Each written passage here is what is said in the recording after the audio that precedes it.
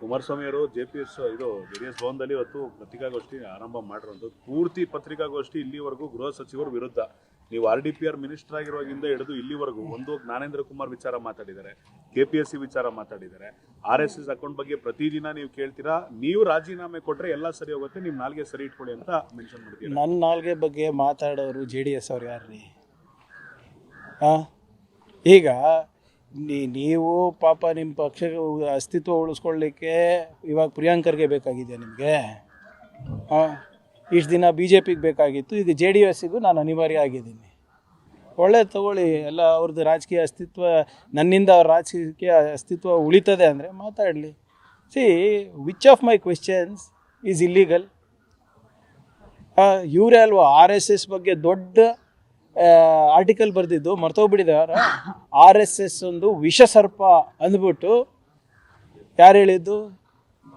ಕುಮಾರಸ್ವಾಮಿ ಅವರು. ಪ್ರಜಾವಾಣಿನಲ್ಲಿ ದೊಡ್ಡ ಆರ್ಟಿಕಲ್ ಇತ್ತು. ನಾನು ಪರವಾಗಿಲ್ಲಪ್ಪ, ಇವರು ತಿಳ್ಕೊಂಡಿದ್ದಾರೆ, ಭಾಳ ದೊಡ್ಡ ಅಭಿಮಾನಿ ಆಗಿಬಿಟ್ಟಿದ್ದೆ. ಅಧಿಕಾರಗೋಸ್ಕರ ಸಿದ್ಧಾಂತ ತತ್ವವನ್ನು ಬಿಟ್ಟು ಹೋಗೋರ ಬಗ್ಗೆ ಏನು ಹೇಳೋದು ನಾನು? I don't have anything to learn from BJP or JDS. ಇವ್ರದ್ದೇನಿದೆ ಹೇಳಿ?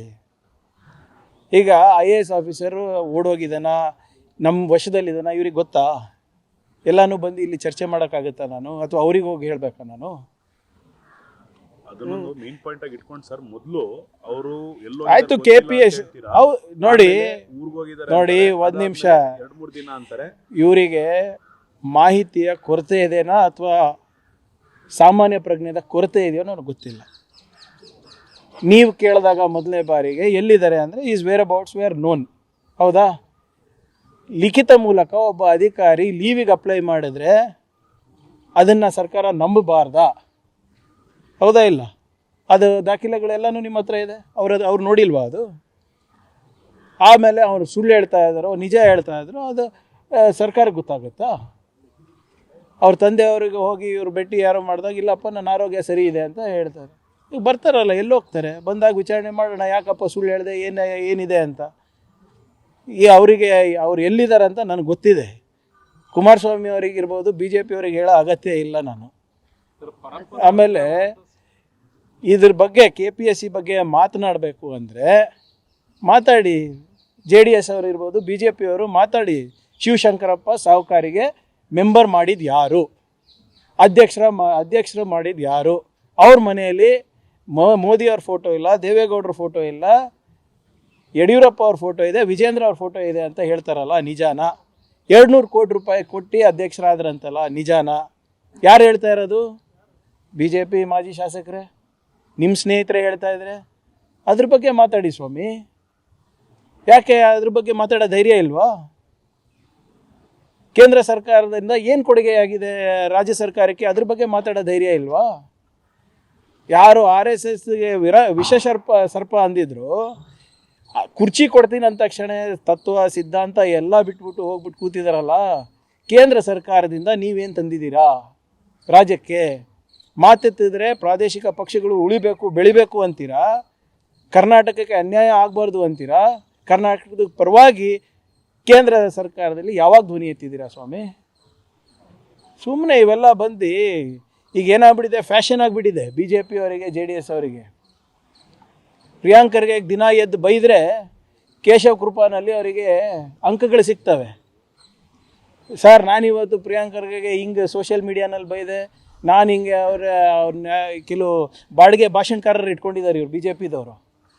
ಅವರಿಗೆ ಹಿಂಗೆ ಬಯಸಿದೆ ಸರ್, ಅವ್ರಿಗೆ ಹಂಗೆ ಬಯಸಿದೆ ಸರ್ ಅಂದರೆ ಅಂಕಗಳು ಸಿಗ್ತದೆ ಇವರಿಗೆ. ಅಂಕಗಳ ಮೇಲೆ ಇವ್ರ ಪ್ರಮೋಷನ್ನು. ಆಮೇಲೆ ಇವರೆಲ್ಲ ಸೋಷಿಯಲ್ ಮೀಡಿಯಾದಲ್ಲೆಲ್ಲ ಇರ್ತಾರಲ್ಲ, ಅವರಿಗೆಲ್ಲ ಸಂಬಳ ನನ್ನಿಂದ. ಮುಂದೆ ಬರೀ BJPಗೆ ಸೀಮಿತ ಆಗಿದೆ, ಈಗ JDS ತನಕ ಹೋಗಿದ್ದೀನಿ ಅಂತ ನನಗೆ ಅನಿಸ್ತಾ ಇದೆ. ಕುಮಾರಸ್ವಾಮಿ ಅವರು ಹೇಳಿದ್ದಾರೆ, ಪರಪ್ಪನ ಅಗ್ರಹಾರದ ಸುದ್ದಿನ ಮಾಡಿಸಿದ್ದು ನಮ್ಮ ಧ್ವನಿನ ಅಡಗಿಸ್ಬೇಕು ಅನ್ನೋ ತರಕ್ಕೆ ಈ ತರದ್ದು ಏನಾದ್ರು ಮಾಡಿದ್ರ? ಹೌದಪ್ಪ, ಅಲ್ಲಿ ಯಾರು ಒಳಗಿದ್ದಾರೆ ಅವರಿಗೂ ನಾವೇ ಮಾಡಿಸಿದ್ದ?